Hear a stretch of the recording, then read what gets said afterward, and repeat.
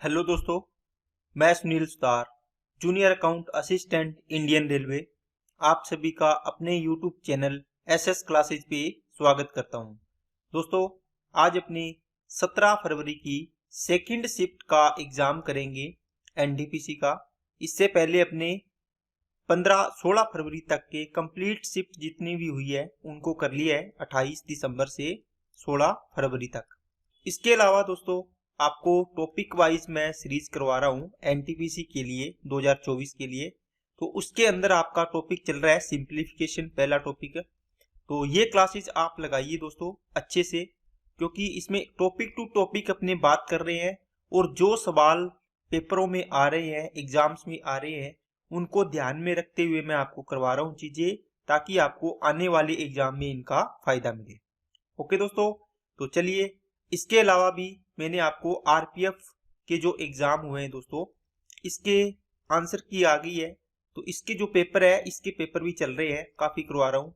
सबसे best exam है RPF SI का एग्जाम हुआ है, इसके बेस्ट से बेस्ट क्वेश्चन आए हुए हैं दोस्तों, इनको जरूर देखना। आने वाले एग्जाम्स के लिए ये सवाल आपको बहुत ही इंपॉर्टेंट साबित होंगे, ठीक है ना। अच्छे लेवल के सवाल आए हुए हैं। तो चलिए अब अपने क्लास को स्टार्ट करते हैं। अगर आप चैनल पे नए हो तो चैनल को सब्सक्राइब कर ले, बेल आइकन पे क्लिक कर ले और अपने दोस्तों के पास दोस्तों वीडियो को शेयर कर दिया करो, ताकि उनको भी इस वीडियो का लाभ मिल पाए। ओके, चलते हैं पहले सवाल पे। पढ़िए, रोहन को ए से बी तक की दूरी तय करनी थी। वह 75% दूरी को 60 किलोमीटर प्रति घंटा की चाल से तय करता है और शेष दूरी 40 किलोमीटर प्रति घंटा की चाल से तय करता है। पूरी यात्रा के दौरान उसकी एवरेज स्पीड ज्ञात करनी है। दोस्तों, अभी तक के आपने सवाल जो भी किए होंगे तो आपने देखा होगा आधी दूरी इतने की चाल से, आधी दूरी इस चाल से, ठीक है। इसका मतलब दोनों पार्ट में आपकी दूरियां क्या थी, बराबर थी, डी और डी दूरी। ओके, दोनों पार्ट में डिस्टेंस क्या थी, इक्वल थी। लेकिन इसमें बोल रहा है 75% दूरी 60 की चाल से, 75% जो डिस्टेंस है वो 60 की स्पीड से, ये स्पीड दे रखी है इसने, और बच गई कितनी, 25% जो डिस्टेंस है वो करता है ये 40 की चाल से, 40 किलोमीटर प्रति घंटा, और ये 60 किलोमीटर प्रति घंटा। अब दोस्तों, इसको अगर बेसिक से करोगे तो भी बेसिक से भी कर सकते हैं, और इसको अगर आप स्पीड से इसको क्या मान सकते हो दोस्तों, इसकी टोटल दूरी मान लो, क्या कि 60 और 40 का एलसीएम ले लो स्पीड का, ये स्पीड का है यहाँ पे, तो इसकी दूरी मान लो कितनी, 120, इनका एलसीएम। तो 60 दूनी 120, 40 से काटोगे कितनी बार, 3 बार, तो ये स्पीड और ये टाइम आ जाएगा। अब दोस्तों क्या है, इनकी अगर इनकी दूरी होती बराबर बराबर 1:1, या आपने बोलते आधी आधी, इसका मतलब ये 120 का आपने डबल कर लेते, 1:1 में थी, इसका मतलब इसको 2 रेशो बन रहा है तो 2 से गुणा कर लेते, इसको डबल कर लेते। लेकिन यहां पर क्या है, 3:1 है, तो 3 और 1 कितना हो गया, टोटल 4। इसका मतलब इस दूरी को अपने 4 से गुणा करेंगे तो टोटल डिस्टेंस कितनी हो जाएगी, 120 इंटू 4 हो जाएगी। कितनी हो जाएगी दोस्तों, 120 इंटू 4 हो जाएगी। एवरेज अपनी स्पीड निकालना है तो दूरी बटे क्या आएगा, दूरी बटे क्या आएगा, स्पीड निकालिए तो टाइम आएगा ना नीचे। और इसके अलावा दोस्तों, जो आपने टाइम निकाला है उसका जो रेशियो है दूरी का 3:1, देखो 3 और 1, इनका मल्टीप्लाई करना है इनके साथ, 3 दूनी 6 और 3 एकम 3, प्लस का 3 कर दो, 3 एकम 3 दूनी 6 हो गया और 3 एकम 3 हो गया। तो 3 और 6 टाइम है, ये यहाँ पे जोड़ना है, क्योंकि ये स्पीड था, ये टाइम है, ठीक है। तो ये 100 कितना हो जाएगा, 6 और 3 9, 480 डिवाइड बाई 9 आ गया, 3 तिया 9, 3 से काटा 160, इसको अपने काटेंगे 53 से ही 1/3 किलोमीटर प्रति घंटा इसका आंसर आ जाएगा, ठीक है ना दोस्तों। तो आगे से दोस्तों, अगर आपकी दूरियां बराबर होती है तो अपने डायरेक्ट कर लेते हैं इसको डबल करके सीधा, क्योंकि इनमें गुणा नहीं करना पड़ता। लेकिन आपको ध्यान रखना है कि यहाँ पे अपने क्या करते हैं, जैसे 4:1 डिस्टेंस का रेशो होता, ये 4 दूरी है और ये 50 की चाल से, ये 40 की चाल से तय कर रहे हैं। आपको एवरेज स्पीड पूछे तो क्या करोगे, 50-40 का एलसीएम लिया, कितना आएगा, 200 आ गया। 50 से किया 4 बार, 40 से किया 5 बार, अब इस 200 दूरी को कितने से गुणा करना है, 4 और 1 टोटल 5 दूरी है, 5 से गुणा करना है। ठीक है, दूरी आ गई ऊपर, नीचे टाइम आएगा। तो इस जो टाइम निकला है इसको 4 इंटू इसको गुणा भी तो करना है 4 और 1 से, तो 4 से इसको करोगे 16 और 5 से इसको करोगे 5, तो 16 और 5 21 टोटल आ जाएगा नीचे। ठीक है, इसमें अपने 1000 में 21 का डिवाइड करेंगे तो ये आपकी किलोमीटर प्रति घंटा में स्पीड आ जाएगी। ओके, चलिए नेक्स्ट पे चलते हैं। यदि sine theta minus cos theta equal to √3/2 तो sine theta plus cos theta का धनात्मक मान आपको ज्ञात करना है। दोस्तों क्या बोलता है, इसके लिए आपके लिए मैंने एक चीज लिख ली है, एक फॉर्मूला होता है a sine theta minus b cos theta equal to कितना c मान लिया, और a cos theta plus b sine theta equal to x। अब ध्यान से देखना, इसको a साइन थीटा है माइनस b कोस थीटा है, यहाँ a कोस थीटा, देखो कोस यहाँ आ गया, ये साइन इधर चला गया, बीच में प्लस हो गया। जब इनको अपने इनकी मतलब स्क्वायर करके जोड़ते हैं, इनका स्क्वायर कर दिया ये पूरा, देखो इस वाले का, पहले वाले का a square sine square theta plus b square cos square theta minus 2ab sine theta cos theta equal to c square. इसी प्रकार इसका स्क्वायर कर दिया इस वाले का, देखो जब इनको जोड़ेंगे तो a स्क्वायर देखो इसमें और इसमें कॉमन आएगा, अंदर बनेगा साइन स्क्वायर थीटा प्लस कोस स्क्वायर थीटा, इसकी वैल्यू कितनी होती है 1, a square into 1 a square. यहाँ पर भी साइन स्क्वायर थीटा प्लस कोस स्क्वायर थीटा, इसको शॉर्ट में लिख दिया मैंने s square plus c square, एक हो जाएगा बराबर में c square plus x square. इसका मतलब अब से आपको डायरेक्ट याद रखना है, इस प्रकार की चीज मिले तो आप बोलोगे sir a square plus b square बराबर होता है c square plus x square के। अब इसमें वैल्यू पुटिंग करो, इसमें वैल्यू कितनी है a और b की, एक एक वैल्यू है ना, b की वैल्यू कितनी है यहाँ पे -1 है, तो b की वैल्यू -1 है, लेकिन a square plus b square बराबर किसका दोस्तों, इसकी वैल्यू निकाल लिया, मतलब x का मान निकालना था ना, तो c square plus x square हो गया। इसकी वैल्यू 1 का स्क्वायर 1 -1 का स्क्वायर 1 बराबर में c कितना है ये रहा। ठीक है, इसको c बराबर माना था ना, इसके बराबर x माना था, तो √3 का मतलब 3 हो जाएगा, इसका 4 प्लस का x स्क्वायर, तो 2 - 3/4 आ जाएगा, 4 दूनी 8 में से 3 गया 5, बचे कितना आ गया 4 आ गया, बराबर में x स्क्वायर। रूट करोगे तो ये हो जाएगा √5 बटे में कितना आ गया 2, ये x की वैल्यू आ जाएगी। ठीक है, नेक्स्ट, यदि थीटा एक न्यूनकोण है, tan थीटा इक्वल टू 48/55 तो कोसेक थीटा का मान निकालना है। दोस्तों tan थीटा इक्वल टू क्या होता है 48/55 है, इसका मतलब क्या हुआ, ये ऊपर तो है लंब और नीचे है आधार, इसका मतलब इसको बोल सकते हैं परपेंडिकुलर अपॉन बेस।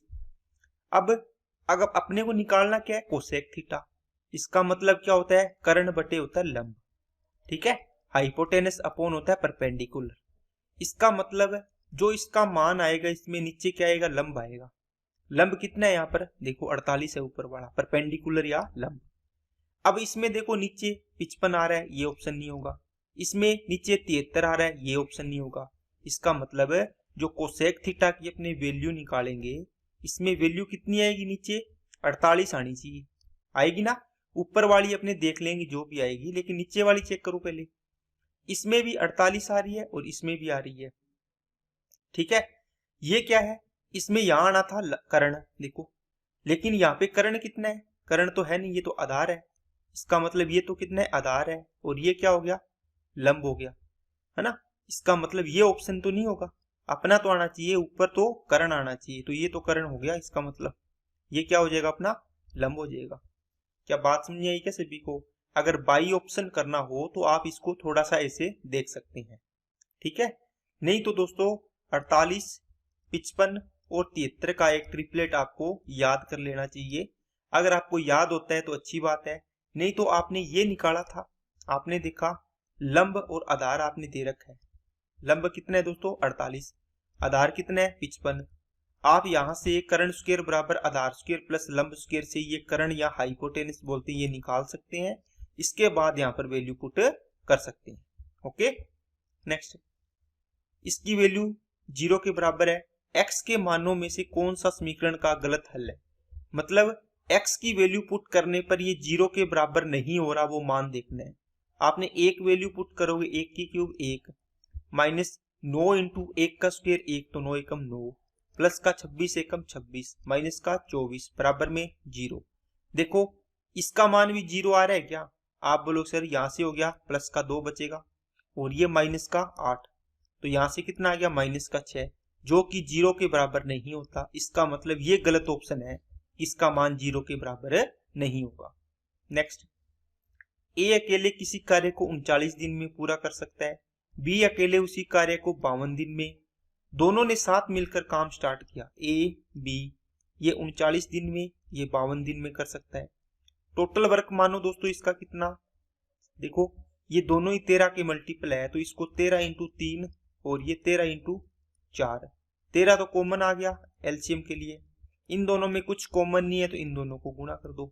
इसका मतलब है 13 3 39 इंटू क्या आ जाएगा 4 आ जाएगा, इसका एलसीएम ऐसे लिख लिया करो। 39 से 39 कट गया, बची कितनी है एफिशिएंसी 4। 52, अब देखो 4 से काटोगे 39 इंटू 4 बटे 52 करोगे ना इसको। अब देखो 13 3 39, 13 चौके 52, ये कट गया तो ये कितना आ जाएगा 3 आ जाएगा। अब क्या हुआ, दोनों ने एक साथ मिलकर कार्य स्टार्ट किया, लेकिन ए ने कार्य पूर्ण होने से 3 दिन पहले काम छोड़ दिया। दोनों ने कितने दिन तक एक साथ कार्य किया? ठीक है, देखो दोस्तों काम मान लो यहां से स्टार्ट किया आपने, यहां तक एंड होना था, ये लास्ट था बिल्कुल लास्ट, लेकिन इसने 3 दिन पहले काम छोड़ दिया। किसने? ए ने। इसका मतलब क्या हुआ, ए प्लस बी ने यहां पर काम किया। ठीक है, 3 दिन में ये कितना काम, 3 दिन में ए ने कितना, सॉरी बी ने कितना काम किया, इसका मतलब बी ने यहाँ पर 3 दिन काम किया होगा, ए ने तो छोड़ दिया। इसका मतलब एक दिन में बी 3 काम करता है, तो 3 दिन में कितना काम कर दिया होगा 9। इसका मतलब टोटल 39 चौके 156 में से 9 काम तो ए ने अकेले किए, यहाँ पर बी ने कितना बच गया 147 काम। ये 147 काम इन दोनों ने एक साथ किया था यहाँ पर इस पार्ट में। ठीक है ना, ग्राफ से थोड़ी चीजें अच्छे से क्लियर हो जाती है। अब दोनों ने दोस्तों एक दिन में कितना काम करते हैं, दोनों मिलकर 7, तो 7 से डिवाइड करो, इसका मतलब ये कितने दिन आ गए 21 दिन। इसका मतलब दोनों ने एक साथ 21 दिन तक काम किया था। ठीक है, एक तरीका तो इसका ये हो गया। एक आप दोस्तों क्या सोच सकते हो कि जो बंदा जा रहा है ना उसको जाने मत दो। इसका मतलब इनका टोटल वर्क माना था 156, आपने ये माना था ना। ए अगर 3 दिन पहले छोड़ के जा रहा है, इसको जाने मत दो, पकड़ लो इसको, इसको कहो काम करो हमारे साथ, जितने दिन तक काम कंप्लीट नहीं होता है करो। तो ये एक दिन में 4 काम करता है, तो 3 दिन का काम बचा था, 3 दिन तक ये कितना काम कर देगा? आप बोलो सर 4 किया 12 काम और कर लेगा। इसका मतलब 12 से 12 इसमें ऐड कर दो, मतलब 156 काम था, इसमें 4 अगर ये और रहेगा 3 दिन तो 12 काम तो और कर देगा। इसका मतलब 168 काम कर देगा टोटल। इस 168 काम में अब कौन है, शुरू से लेके लास्ट तक ए और बी दोनों है। ये देखो शुरू से लेके लास्ट तक ए और बी क्या है, दोनों है। ए और बी दोनों एक दिन में कितना 7 काम, कितने दिन लगाएंगे टोटल 24 दिन। अब बताओ शुरू से लास्ट तक कितना काम, कितने दिन लगे 24, और ए कितने दिन पहले जा रहा था 3 दिन पहले। इसका मतलब 21 दिन काम किया होगा इन्होंने साथ में। क्या बात समझ में आ गई क्या सभी को?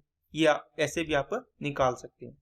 नेक्स्ट, यदि किसी संख्या के 28% का मान 20 के बराबर है, इसका मतलब 28% की वैल्यू है दोस्तों 20, तो उसी संख्या का 49% आपको पूछा है, कितना आएगा 20 डिवाइड बाई 28 इंटू में 49 आ गया, 7 7 49, 7 से काटा 4 बार, 4 से काटा 5 बार, 5 7 35 आपका आंसर आ जाएगा। नेक्स्ट, ए अकेले किसी कार्य को 14 दिन में, बी अकेले उसी कार्य को 21 दिन में पूरा कर सकता है। ठीक है, पहले दिन बी अकेले कार्य करता है, जबकि दूसरे दिन ए अकेले कार्य करता है। यह प्रक्रिया कार्य पूर्ण होने तक इसी प्रकार चलती रहती है।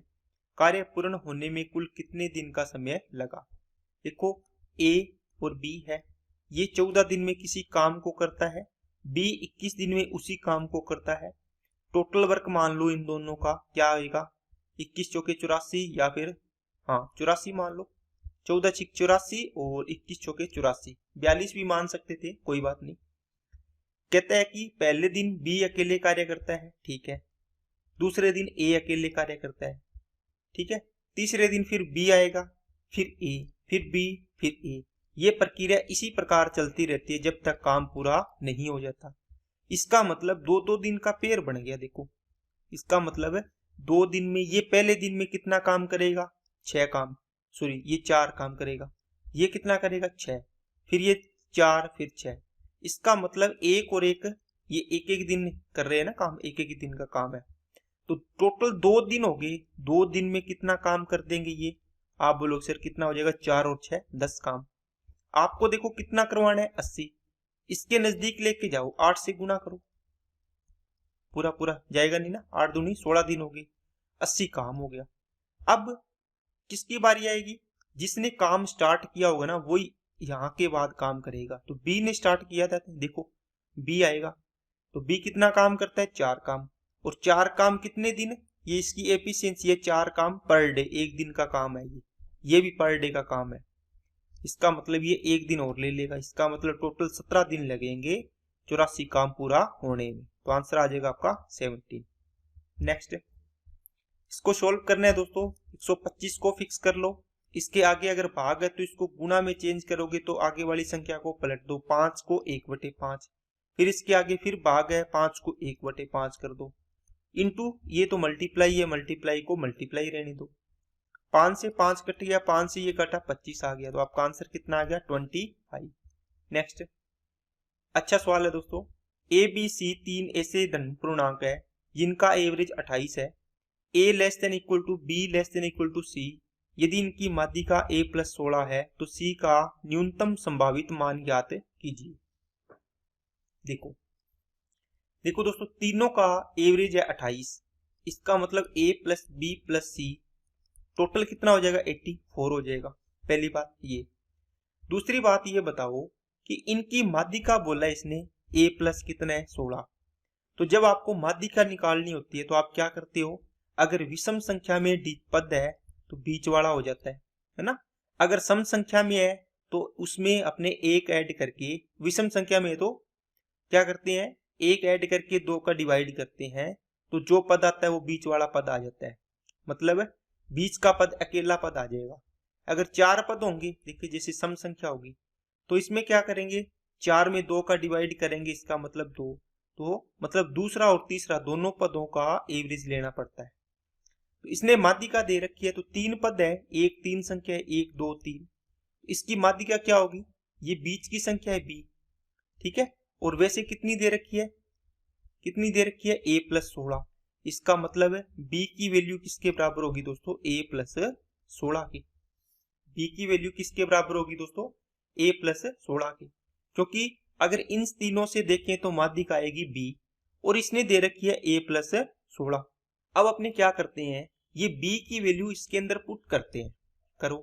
तो यहाँ पर a तो है ही, प्लस b की वैल्यू कितनी आ जाएगी, a + 16 इस b की जगह, a प्लस हो गया 16, प्लस का c इक्वल टू में 84 आ गया। यहाँ से कितना हो गया, 2a हो गया, और प्लस का कितना c इक्वल टू में ये 84 से 16 माइनस करो, 68 आ जाएगा। तो 2a बराबर कितना हो गया दोस्तों, 68 माइनस हो गया दोस्तों c हो गया। या फिर c की वैल्यू निकालनी है तो c यहां रख लो, c तो 68 माइनस कितना हो जाएगा, 2a हो जाएगा। क्या इतनी बात समझ में आ गई क्या सभी को, बताओ, ठीक है। अब दोस्तों एक कंडीशन यहां से अपने को और निकालनी पड़ेगी, कौन सी वाली, देखो c की मिनिमम वैल्यू चाहिए ना, तो b less than equal to क्या है, c है। तो यहां पर b की वैल्यू रखो, क्या रखो दोस्तों, b की वैल्यू पुट करो। ये b की वैल्यू कितनी आ जाएगी, a + 16, और c की वैल्यू कितनी है दोस्तों, लेस देन इक्वल टू, देखो 68 माइनस कितना आ गया, 2a आ गया। 68 माइनस क्या आ गया, 2a। देखो b less than equal to c यहां से लेके आए, यहां पर b की वैल्यू है, c की है, तो b की वैल्यू तो ये रही और c की वैल्यू ये रही, ये इसमें पुट कर दी। अब यहां से 2a इधर आके प्लस का हो जाएगा, 3a हो गया, ये इधर जाके माइनस होगा, इसका मतलब कितना आएगा, इसमें से माइनस करो, 52 आ जाएगा, है ना। तो a की value less than equal to आएगी 52/3। अब देखो ए की वैल्यू इससे छोटी आएगी, इसको डिवाइड करो कितना आएगा 17 पॉइंट समथिंग आएगा। अपने पूरा पूरा ले लो 17, है ना, 17 से छोटी। आपने मान लो ये वैल्यू पुट कर दी 17, है ना, कहां पर ए की वैल्यू कितनी आ गई 17, यहां पुट कर दो अब वापिस। तो सी बराबर हो गया 68 माइनस 17 दूना 34। तो सी की मिनिमम वैल्यू कितनी आ जाएगी 34 आ जाएगी। क्या बात समझ में आई क्या सभी? 15 और 25 के एलसीएम और एचसीएफ का गुणनफल ज्ञात करिए। देखो क्या होता है दोस्तों, दो संख्याओं का गुणा उनके एलसीएम और एचसीएफ के गुणा के बराबर होता है। आपको इनका मल्टीप्लाई पूछा था, ये आंसर आ जाएगा, इसको मल्टीप्लाई कर दो 375। नेक्स्ट, तीन संख्याओं का अनुपात है ये, उनमें से सबसे छोटी संख्या 42, सबसे छोटी कौन सी रेशियो में? आप बोलो सर 3, 3 की वैल्यू 42, कितना गुणा? 14 गुणा। सबसे बड़ी संख्या पूछी है, इसका 14 गुणा कर दो, कितना आ जाएगा? 14 8 112। ठीक है ना, नॉर्मल है दोस्तों। 3 की वैल्यू 42, आपको सबसे बड़ी संख्या 8 पूछी है तो इसकी पूछी, ये 14 गुणा है तो इसको भी 14 गुणा कर दो, 14 8 112। अगला सवाल 3/8, इसका दोस्तों एलसीएम लेना है। जब फ्रैक्शन का एलसीएम लेना हो तो आपको क्या पता है? आप बोलो सर ऊपर आएगा, ऊपर अंश, अंश का क्या लेना है? एलसीएम है तो ऊपर एलसीएम लेना है। एलसीएम किसका? 3 9 और 15 का। और नीचे क्या आ जाएगा? एचसीएफ आ जाएगा, किसका? 8 20 और 16 का। इनका एलसीएम कितना आएगा? 15। 15 सबसे बड़ी संख्या मान ली इन तीनों में, तो 15 में से 5 इंटू 3 होता है ना, तो 3 ये तो आ ही गया, 3 इंटू 1 3 और चाहिए। नीचे 8 20 और इसमें सबसे बड़ी संख्या कितनी आएगी? 4, तो 45/4 आपका एलसीएम आ जाएगा। नेक्स्ट, ये बढ़िया सवाल है दोस्तों, इसको डबल स्टार मार्क कर लेना। 6 9 x का एलसीएम 72 है। दिए गए विकल्पों में से कौन सा x का संभावित मान हो सकता है? देखो क्या बोलता है दोस्तों, 6 है, इसका आपने क्या लिख सकते हैं? 2 इंटू 3 लिख सकते हो, 2 की पावर 1 3 की पावर 1। 9 को क्या लिखोगे? आप बोलो सर 2 की पावर तो है नहीं, 3 की पावर कितनी है? 2 है। 9 में 2 की पावर तो कुछ नहीं है, 3 की पावर है। अब यहाँ पे x संख्या है, इस संख्या को देखना है कि यहाँ पर क्या आएगा। इनका एलसीएम बताओ कितना है? आप बोलो सर 72। 72 को आप तोड़ो, किसमें? 2 की पावर 3 आएगा और 3 की पावर आएगा 2 आएगा। इसका मतलब दोस्तों जब आप एलसीएम लेते हो तो मैक्सिमम पावर लेते हो। आपको पता है पावर क्या लेते हो? जो बड़ी से बड़ी पावर होती है उसी को लेते हो। आपने देखा कि 2 की पावर 3, यहाँ पे तो एक ही है, यहाँ पे 2 की पावर 3 आई है, तो कहीं न कहीं से तो आई होगी जहाँ पे मैक्सिमम पावर होगी तीनों नंबर में, है ना। 3 नंबर है आपके पास, तीनों में से जो मैक्सिमम पावर होती है, जैसे मान लो मैंने लिखा 2 की पावर 4 इंटू 5 की पावर 3, 2 की पावर 5 इंटू 3 की पावर 2, है ना। इनका एलसीएम लेना है। आप बताओ एलसीएम कैसे आएगा? आप बोलो सर 2 की मैक्सिमम पावर देखो, इसका मतलब 2 की मैक्सिमम पावर 5 आएगी। यहाँ 3 इसमें नहीं है, लेकिन 3 की मैक्सिमम पावर कितनी है? 2 ही होगी। यहाँ 5 की मैक्सिमम पावर कितनी है? 3 ही है, तो सभी आ गई। तो अब देखो इसके अंदर, इसमें 1 की पावर है, इसमें पावर है नहीं 2 की, इसका मतलब इसमें 2 की पावर 3 रही होगी, तभी तो यहाँ 2 की पावर 3 आई है। दूसरा 3 की पावर 2, इसमें 3 की पावर 1 है, इसमें 3 की पावर 2 है। इसका मतलब अगर यहाँ पर 3 की पावर क्या हो? 0 हो, तब भी ये बनेगा, क्योंकि इसमें से कॉमन आ जाएगा, मैक्सिमम पावर यही है। यहाँ पे 3 की पावर 1 भी हो सकता है, यहाँ पे 3 की पावर 2 भी हो सकता है, यहाँ पे 3 की पावर 3 नहीं हो सकता। अगर 3 की पावर 3 होता तो यहाँ पर 3 की पावर 3 आता। इसका मतलब इसकी 3 कंडीशन बनती है यहाँ पर। कितनी?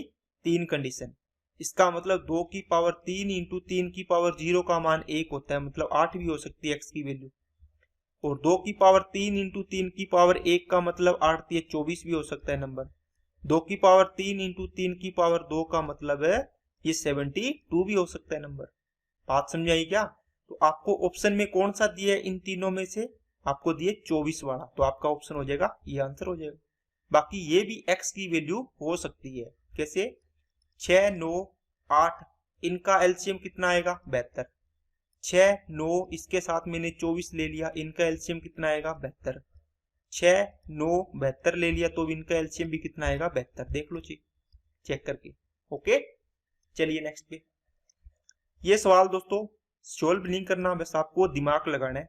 19 की स्क्वायर दे रखा है 361, इसमें से आपको डेसिमल काउंट करना है। देखो 19 इंटू 19 361 आएगा, इसको तो रख दो सीधा, ये लिख रखा है।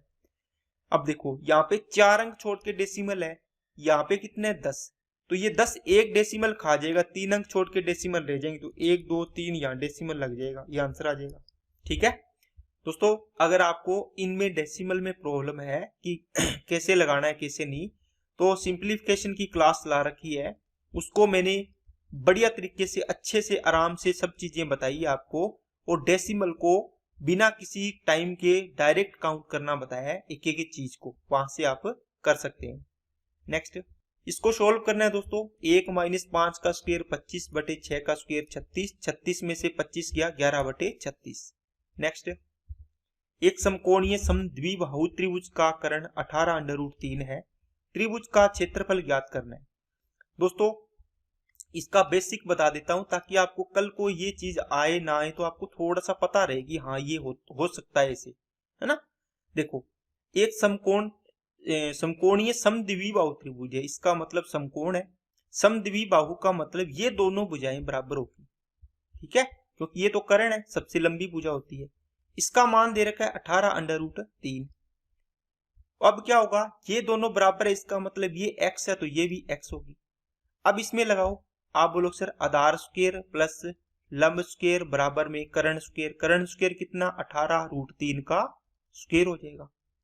ठीक है, तो यहां से क्या आएगा 2x स्क्वायर बराबर आएगा 18 इंटू 18 इंटू में 3 लिख लो, इसको 2 से इसको काट दिया 9 बार, तो x स्क्वायर बराबर कितना आ गया 9 इंटू, इसको क्या लिख लो दोस्तों 9 तिया 27 इंटू 18 लिख लो, गुणा मत करो एक बार, ऐसे लिख लो।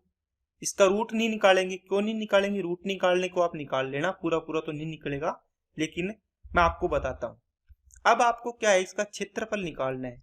आप क्या कहोगे, आप बोलो सर 1/2 इंटू आधार इंटू ऊंचाई होता है, बताओ होता है क्या, आप बोलो सर होता है। अब बताओ 1/2 इंटू आधार कितना x, ऊंचाई कितनी x, क्या इसका 1/2 x स्क्वायर इसका एरिया आया क्या, आप बोलो सर आ गया। लेकिन मेरे पास x स्क्वायर की वैल्यू पड़ी है, रख दो यहाँ पे डायरेक्ट। ठीक है, ये देखो 27 इंटू कितना कर देंगे 18, इसका मतलब 2 से काटा 9 बार, 27 को 9 से गुणा करोगे 243 आपका आंसर आ जाएगा।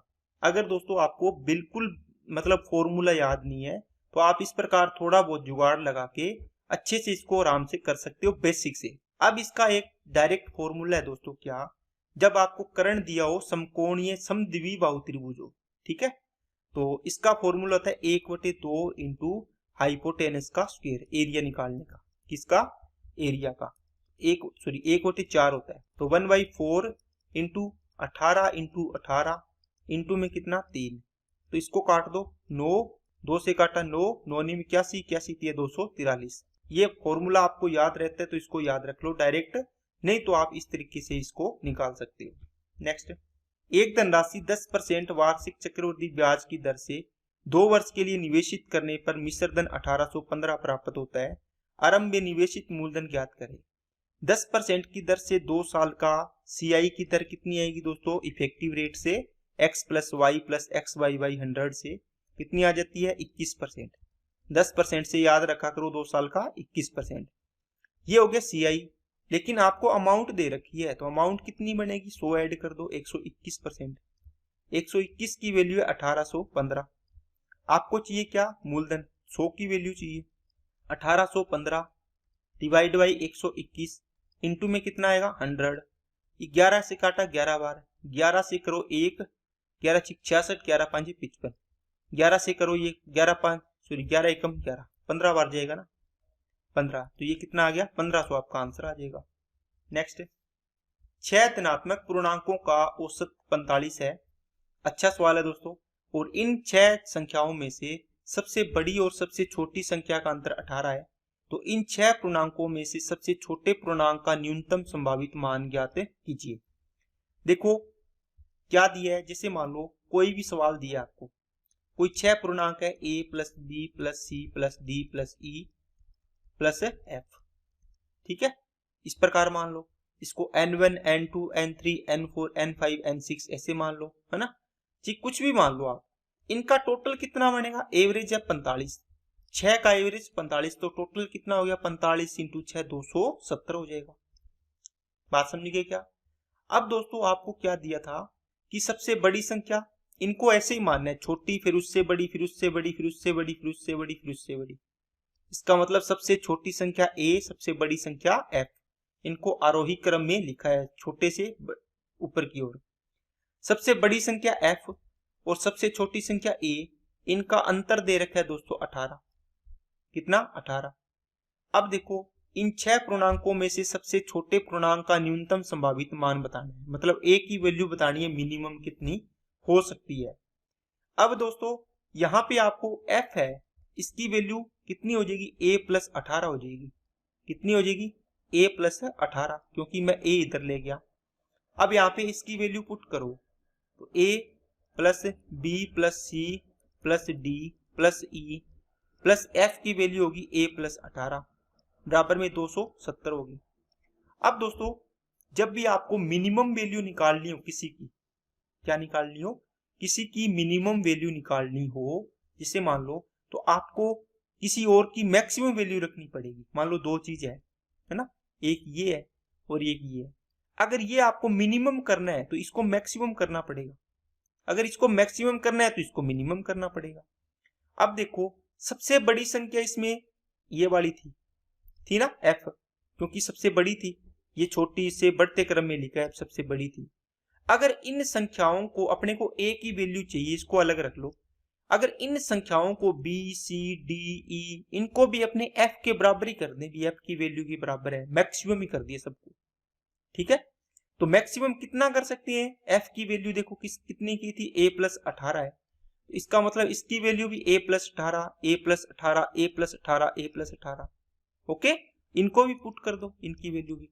तो यहाँ पे रखोगे तो a प्लस 18 है ना, a प्लस 18 फिर a प्लस 18 फिर a प्लस 18 और फिर a प्लस 18 कितने होगी, b c, ये देखो ये b होगी, c होगी, d होगी, e होगी और f आपने रखी थी, बराबर कितना है 270। a जोड़ो कितना बनेगा, 6 है तो 6a बनेगा, प्लस 18 5 90 बनेगा। 90 को बराबर वाली साइड लेके जाओगे तो 180 बचेगा, 90 यहां से माइनस कर देंगे। a की वैल्यू कितनी आ गई, 30 आ गई। इसका मतलब a की जो मिनिमम वैल्यू है वो कितनी आ सकती है, 30, क्योंकि आपने बाकी वैल्यू को मैक्सिमम कर दिया। जिसे मान लो a प्लस b है, इसका मान कितना है 18, ठीक है। आपको बोल दिया कि डिजिट रखनी है ना, तो मैक्सिमम, जैसे मान लो a प्लस बी की वैल्यू है कितनी दोस्तों, 8, ठीक है। और आपको बोल दिया a की मिनिमम वैल्यू, तो आप d की मैक्सिमम वैल्यू रखोगे कितनी, अगर आपको यहाँ पे आप इसको 8 रख दिया तो इसको 0 रख दो, है ना। इसका मतलब ये 8 के बराबर हो जाएगा। इसका मतलब इसकी मिनिमम वैल्यू चाहिए आपको, तो इसकी मैक्सिमम से मैक्सिमम रख दो, आप कितनी रख सकते हो, तो वो आपको रखनी है। तो आपने वो यहाँ पे की है, इसको मैक्सिमम सबसे ज्यादा, इनमें सबसे बड़ी संख्या यही थी, इसके बराबर रख दिया बाकी 4 संख्याओं को और को, इसकी वैल्यू आ जाएगी a की। नेक्स्ट, x माइनस वाई बराबर 5, x इंटू वाई बराबर 15, x की क्यूब माइनस वाई की क्यूब का मान निकालना है। दोस्तों ये सवाल आपको, पहला तरीका ये है कि इसको सोच सकते हो, इसके फैक्टर करो, 1 इंटू 15 बनेगा इसको गुणा करने से, या फिर 3 इंटू 5 बनेगा। आप बोलोगे सर ठीक है, इसके अलावा इसके फैक्टर नहीं बनेंगे। अब आपको देखना है, इसको आपने x मानना, इसको y मानना, या इसको y मान लो, इसको x मान लो, कोई बात नहीं है ना। आप देखो इनका अंतर कितना आ रहा है, 5 आ रहा है क्या, 15 और 1 का अंतर तो 14 आएगा, 5 और 3 का अंतर 2 आएगा, लेकिन 5 चाहिए था अंतर। इसका मतलब आप डायरेक्ट इसको नहीं कर पाओगे, नहीं कर पाओगे, तो आपको इसका फॉर्मूला लगाना पड़ेगा। फॉर्मूला क्या होता है, x माइनस वाई का क्यूब होता है बराबर दोस्तों x की क्यूब माइनस वाई की क्यूब प्लस क्या होता है दोस्तों, minus 3xy into X minus Y. X minus Y की वैल्यू 5, 5 की क्यूब 125, एक्स माइनस वाई की वैल्यू तो निकालनी है, इसको यहीं रख लो, है ना। इसको मैं ऐसे लिख देता हूँ, माइनस 3xy की वैल्यू 15 और x माइनस वाई की वैल्यू 5, तो 15 थी 45, 45 को 5 से गुणा करोगे 225। 225 को ये इधर माइनस से इधर आके प्लस हो जाएगा, जोड़ दो इधर, कितना हो गया 0, 5 और ये हो गया 3। तो X cube minus Y cube की वैल्यू आ गई 350। नेक्स्ट, एक्स का 36% कितना है दोस्तों, वाई के 81% की इक्वल है। तो परसेंटेज से परसेंटेज 9 चौक 36, 9 नीम 81, तो 4x बराबर 9y। तो x अपॉन y की वैल्यू आ जाएगी दोस्तों 9/4। इसका मतलब 9 अनुपात कितना आ गया, 4 आ गया। नेक्स्ट, इसका वर्गमूल दोस्तों 66049 है। इसमें पीछे के 2 अंक लेने होते हैं। इसमें ये देखना होता है 3 के स्क्वायर से 9 आएगा या फिर 7 के स्क्वायर से 9 आएगा। इससे जस्ट परफेक्ट स्क्वायर संख्या देखनी, छोटी 25 होता है। ओके, आप बोलोगे सर ये 2 आ गए, तो 25 को इसके आगे वाली संख्या 26 से गुणा करो, कितना आएगा 625 और 25 650 आएगा। अंदर वाले और इसकी तुलना करो इन दोनों की। ये अंदर वाला देखो बड़ा है या छोटा, अंदर वाला बड़ा तो बड़े वाला, छोटा तो छोटे वाला। ये बड़ा है ना, इससे 650 है, ये 660 है, तो 257 आंसर हो जाएगा। ठीक है, इसकी दोस्तों सिंप्लीफिकेशन की क्लासेज में करवा रहा हूं, अच्छे से एक एक चीज आपको करवाइए, नोट कर सकते हो वहां से। नेक्स्ट, 11% और 13% हानि पर, 11% लाभ है, 13% हानि पर किसी वस्तु के विक्रय मूल्यों का क्रमशः अंतर 204 रुपए है। वस्तु का क्रय मूल्य ज्ञात करें। दोस्तों इसका देखो, अगर आपका 100% सीपी है, ठीक है, अगर आप विक्रय मूल्य कर रहे हो इसका लाभ पर, इसका मतलब 11% लाभ हो रहा है, तो इसका विक्रय मूल्य हो गया दोस्तों कितना, 111%। अगर हानि पर बेच रहे हो तो कितना होगा, आप बोलो सर इसका 87% हो जाएगा। बोलो कितना हो जाएगा दोस्तों, 87% हो जाएगा। इसका बोला कि विक्रय मूल्यों का अंतर दे रखा है, कितना बनेगा 13 और 11 24 बनेगा, मतलब 24% की वैल्यू है 204। तो आपको 100% पूछे वस्तु का क्रय मूल्य, देखो 100% ही माना था आपने। ओके, तो 24 कितने पर जाएगा, 204 डिवाइड बाई 24 इंटू में 100। इसको करो 4 से काटो, 6 बार 4 से इसको काट दो, 4 5 20, 4 एकम 4, 3 दूनी 6, 3 से काटा 17, 2 से काटा 50, 17 5 85, 850। अब दोस्तों अगर आपको देखो एक प्रॉफिट परसेंट, दूसरा भी प्रॉफिट परसेंट दिया, इसका मतलब दोनों पॉजिटिव होंगे, इनका डायरेक्ट अंतर करो। एक लॉस परसेंटेज नेगेटिव, दूसरा भी लॉस परसेंटेज है, तो इनका अंतर करो। एक लॉस परसेंटेज एक प्रॉफिट परसेंटेज है ना, और एक प्रॉफिट परसेंटेज और एक लॉस परसेंटेज है ना, ये प्लस है। ये अपोजिट साइन है तो इनको डायरेक्ट जोड़ दिया करो, इनका आप नेगेटिव किया करो। अब देखो ये 11% लाभ है, एक 13% हानि है, तो 11 और 13, एक लाभ एक हानि, तो 11 और 13 24% की वैल्यू अंतर हो जाएगा इनका, कितना 204 के बराबर। आगे 100 की वैल्यू आप निकाल पाओगे। नेक्स्ट, 124 की पावर n प्लस 124 की पावर n प्लस 1 के मान में इकाई के स्थान पर आने वाला अंक ज्ञात कीजिए जहां n एक पूर्ण संख्या है। देखो दोस्तों n आ गया, इसके बाद n प्लस 1 आ गया, है ना, a आ गया, इसके बाद a प्लस 1 आ गया, b आ गया, इसके बाद b प्लस 1 आ गया। इसका मतलब 2 आ गया तो 2 प्लस 1, 3 आ गया तो 3 प्लस 1, 4 आ गया तो 4 प्लस 1। इसका मतलब ये तो बोल रहा है जो संख्या आप लोगे उसके आगे वाली संख्या, इसका मतलब आप चीज सम संख्या लोगे तो आगे वाली विषम आ जाएगी, 2 और 1 3। अगर विषम संख्या ली तो 3 और 1 4 आ जाएगी, सम आ जाएगी। मतलब इवन नंबर लिया तो ओड आ जाएगा ऐड करने से, अगर ओड लिया तो इवन आ जाएगा। ठीक है, और 4 का केस क्या होता है, 4 की पावर इवन नंबर हो तो क्या आएगा, 4 की पावर इवन नंबर हो तो क्या आएगा, इकाई अंक 6 आता है। 4 की पावर ओड नंबर हो तो क्या आता है, इकाई 4 आता है। कैसे, इनको इवन ओड में मत याद रखा करो। 4 की पावर इवन का मतलब 2 रखा करो, ओड का मतलब 1 रखा करो। 4 की पावर 1 4 आएगा, 4 की पावर 2 16 आता है, 16 का इकाई अंक 6 होता है। यहाँ देखो आप चीज यहाँ पे 4 की पावर n की जगह 1 रख लो, तो यहाँ पर 4 की पावर देखो, इसको बाकी को छोड़ दो, यूनिट डिजिट छोड़ देखना है तो बाकी को छोड़ दो। मान लो n की वैल्यू यहाँ पे 1 रखी, तो यहाँ 1 और 1 कितनी हो जाएगी, 2 हो जाएगी। इसका मतलब 4 की पावर 1 और यहाँ पे 4 की पावर 2, यहाँ आएगा 4, यहाँ आएगा इकाई अंक 6, तो 4 और 6 10, इकाई अंक कितना आ जाएगा 0। नेक्स्ट, सोनल को एक 16 दिवसीय बिक्री अभियान के दौरान उसके यात्रा खर्चों के लिए कुछ राशि दी गई। हालांकि उसने प्रवास की अवधि को 8 दिन और बढ़ाना पड़ा।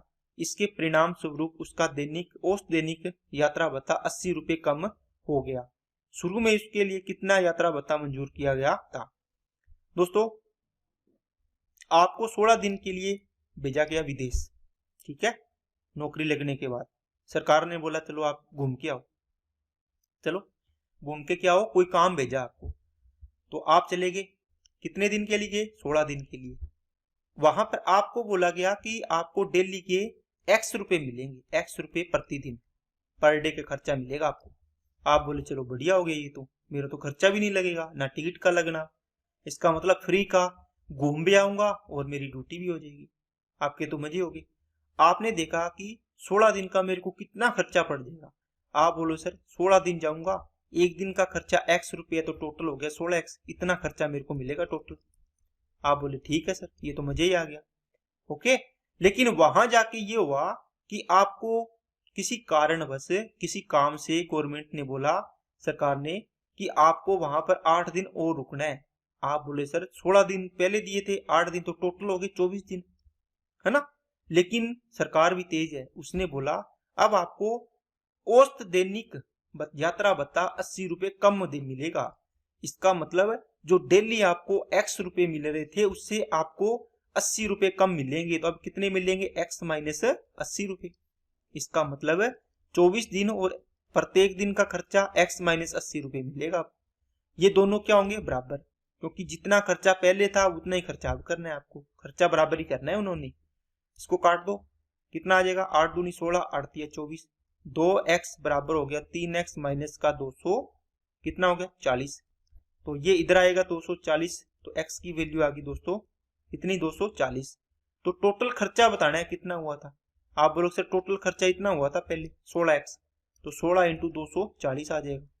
तो 16 चौके 16 0 0, 16 चौके 64, 6 16 दूना 32 और 6 38, तो 3840 रुपये आपका टोटल खर्चा इसका मंजूर किया गया था, ठीक है। नेक्स्ट, ऐसी दो लघुत्तम प्राकृत संख्याओं का योग ज्ञात करें जिनमें से प्रत्येक के केवल 7 ही गुणनखंड हो। दोस्तों ये सवाल है ना, आप ऐसे मत समझना कि सिलेबस के अंदर है या नहीं है। ये इस प्रकार का सवाल बच्चे का टाइम खराब करने के लिए दिया जाता है। कैसे? ये सवाल दोस्तों, जैसे इसको देखो, एक है, इसका आप गुणनखंड करोगे एक आएगा, है ना। 2 है, इसका गुणनखंड कितना आएगा? 1 और 2 आएगा। 3 का गुणनखंड कितना आएगा? 1 3 आएगा। 4 का गुणनखंड कितना आएगा? 1 आएगा, 2 आएगा, 4 आएगा, है ना। 5 का आप बोलो सर 1 आएगा, 2 सॉरी 1 और 5 आएगा। 6 का 1 आएगा, 2 आएगा, 3 आएगा और 6 आएगा। 7 का 1 2 तो आएगा नहीं ना, 1 7 आएगा। 8 का कितना आएगा? 1 2 4 और 8 आएगा। 9 का कितना आएगा? 1 3 और 9, कितना आएगा दोस्तों? 1 आएगा, 3 आएगा, 9 आएगा। फिर इसके बाद इसी प्रकार अपने चलते रहते हैं। अब एक बात यहाँ पे नोट की होगी दोस्तों, पॉइंट नोट करने वाली एक ही चीज है यहाँ पे सीखने वाली। आपने देखा कि विषम संख्या है ना, जहां पर क्या है, सॉरी विषम संख्या नहीं, जहां पर नॉर्मल नंबर है उनका देखो 1 आ रहा है, किसी का 2 आ रहा है ना। लेकिन जो परफेक्ट स्क्वायर संख्या है, जैसे 4 है, ये 2 का स्क्वायर है, देखो, है ना, ये वाली लाइन देखो, इसके 3 फैक्टर आ रहे हैं। कितने आ रहे हैं? 3। फिर उसके बाद परफेक्ट स्क्वायर संख्या 9 है, देखो 9, है ना, ये 3 का स्क्वायर होती है। इसके कितने फैक्टर आ रहे हैं? 3 आ रहे हैं। आ रहे हैं कि नहीं आ रहे? इसी प्रकार अगर आगे आप करोगे, जैसे 16 हो गया, तो 16 का आएगा 1 आएगा, 4 आएगा, है ना, फिर 8 सॉरी 1 2 4 8 16, ये आएंगे। कितने आगे? 5 आगे। फिर इसके बाद 25 हो गया, 1 आएगा, 5 आएगा, है ना, फिर कितना आएगा? 25 आएगा। इतना ही आएगा क्या? इतना ही आएगा इसका। इसके कितने हो गए? 3 हो गए। इसी प्रकार आप 64 लोगे तो कितना आएगा? 1 2 आएगा, 4 आएगा, 8 आएगा, 16 आएगा, 32 आएगा और 64 आएगा। कितने हो गए? 3 6 और 1 7 हो गए। अब आपको नोट करनी है बात यहाँ पे, क्या देखो कि जो परफेक्ट स्क्वायर संख्या होगी ना, परफेक्ट स्क्वायर संख्या नंबर होगा, उसके ओड संख्या में, या आप बोलोगे सर विषम संख्या में इसके फैक्टर आएंगे। विषम फैक्टर आएंगे हमेशा। आपको मैंने एग्जाम्पल के थ्रू बता दिया, 3 आए, 3 आए, 5 आए, 3 आए, 7 आए। आपको केवल 7 गुणनखंड हो ऐसे 2 लघुत्तम प्राकृत संख्या, एक तो दोस्तों कितनी आ गई, 64 आ गई। ठीक है, अब देखो अगर आपको चेक भी करना होगा, ये तो मैंने समझाने के लिए आपको बता दिया, अगर आपको चेक भी करना होगा ना तो आप क्या चेक करोगे दोस्तों, आपको बोला कि विषम संख्या में होनी चाहिए, इसका मतलब आप चेक करोगे कि हम तो परफेक्ट स्क्वायर संख्या चेक करेंगे। जैसे 64 का हो गया कितना, इसके 7 हो गए, आपने चेक कर लिए। फिर आगे 64 के 8 का स्क्वायर, 9 का स्क्वायर 81, 10 का स्क्वायर 100 हो गया, 11 का 121 हो गया, 12 का 144, 13 169, 14 इस प्रकार, है ना। तो ये बहुत लंबा सवाल बनता है। इसके बाद 7 फैक्टर वाला 729 होता है ना, इसके फैक्टर आते हैं 7 दोस्तों। ठीक है, कौन कौन से, 1 आएगा, 3 आएगा, 9 आएगा, ठीक है, उसके बाद 9 3 27, फिर 81 आएगा, फिर 243 आएगा और फिर 729 आएगा। 1 2 3 4 5 6 7 बन के देखो। ठीक है, बहुत लंबा, इसका मतलब बहुत सारी चीजें चेक करनी पड़ेगी, कितने आगे देख लो बन गई। ठीक है, किसका स्क्वायर है ये, 27 का स्क्वायर, मतलब 13 का स्क्वायर तक चेक कर लिया था आपने, 27 का स्क्वायर आप चेक करोगे तो वहां तक जाएगा। तो ये थोड़ा सा टाइम खराब करने वाला सवाल है। बाकी इसमें कॉन्सेप्ट आपको ये सीखना था कि परफेक्ट स्क्वायर नंबर होते हैं उनके क्या होते हैं दोस्तों, विषम फैक्टर होते हैं। आपको ये चीज नोट करनी, काम आएगी आपको। नेक्स्ट, किसी वस्तु को 15% और 12% की 2 क्रमागत छूट देकर बेचने पर भी 10% का लाभ प्राप्त हुआ। वस्तु के अंकित मूल्य और क्रय मूल्य का अनुपात बताना है। दोस्तों एक तरीका इसका ये है, आपके पास एक डिस्काउंट परसेंटेज और एक प्रॉफिट परसेंटेज होता है। तो एमआरपी और सीपी के लिए एक क्या होता है, एमआरपी और सीपी के लिए होता है आपके पास ये कि 100 प्लस प्रॉफिट और यहाँ पर 100 माइनस डिस्काउंट करते हो आप। ठीक है, लेकिन यहाँ पर आपके पास 2 डिस्काउंट है, तो इससे अपने को एक डिस्काउंट बनाना पड़ेगा। पहले कैसे बनाओगे, इफेक्टिव रेट से बढ़ा लो इसको, क्या हो जाएगा, 15 प्लस का 12 माइनस का 15 इंटू 12 डिवाइड बाई 100 आ गया। 15 और 12 27 हो गए, 27 माइनस 15 और 12 का मल्टीप्लाई करो, 3 6 18, 180 बटे 100 मतलब 1.8, इसमें से माइनस करो 2, कितना आएगा, 25.2 बचेगा। कितना बचेगा दोस्तों, 25.2%। अब ये डिस्काउंट परसेंटेज आ गया आपका। अब यहां लगा दो इसके अंदर, तो एमआरपी कितना आ जाएगा और सीपी का रेशियो, 100 में से 25.2 माइनस कर दो, 100 में से 25.2 माइनस करोगे तो कितना आएगा, 8 आएगा, और ये 9 में से 5 के 4 आएगा, और ये कितना आ जाएगा, 7 आ जाएगा। ठीक है, अब दोस्तों यहाँ पे आ गया 74.8, यहाँ पे कितना आएगा, 10% लाभ हुआ तो ये 110 कर दो बस। अब इसको ये पॉइंट हटाओगे तो यहाँ 0 आ जाएगा, इसका पॉइंट हटा दो यहाँ से। ठीक है, अब इसको 4 से डिवाइड करो, तो इसको 11 इंटू 100 लिखोगे तो 100 को 4 से काटोगे 25 आ जाएगा।